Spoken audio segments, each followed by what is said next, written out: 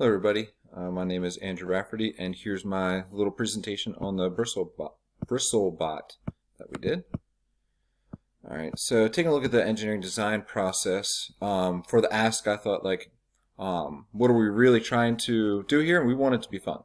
We want little kids to enjoy playing with this, or in this case adults to have fun. So when I was going through developing my possible solutions to make this better, I looked at the rotor and I saw how it spins very fast. So I thought, well, if I attach something to that, it could be like a propeller to move it through water. So going through the planning when I was making my prototype, I was thinking, well, how can I get this to float?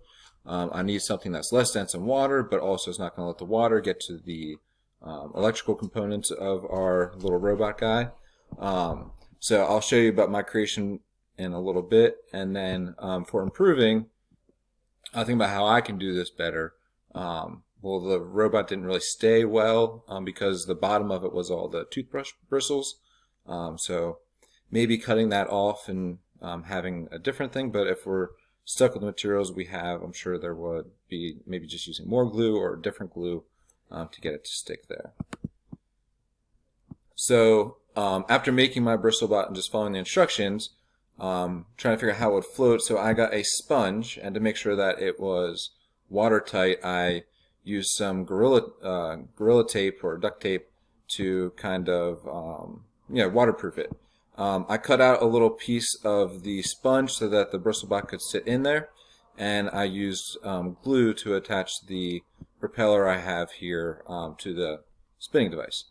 I did also sand down this little wooden piece so that it acted like a propeller. Didn't actually work like a propeller. But here's a short little video of it actually spinning. I recorded in slow motion so you can kind of see it was moving around and it was hooked on there pretty well. It's just when I put it in water, that's when it didn't quite work out. So moving on to the Design Tool 5.1 checklist here. It was a pretty strong lesson, and it could be modified in many ways to make an even stronger lesson.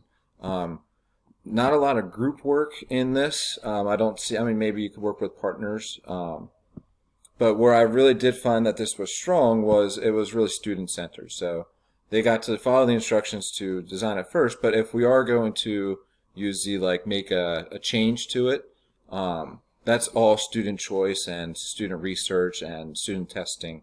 So I thought it was a pretty strong lesson. So, yep, that's my attempt at the BristleBot. Thank you.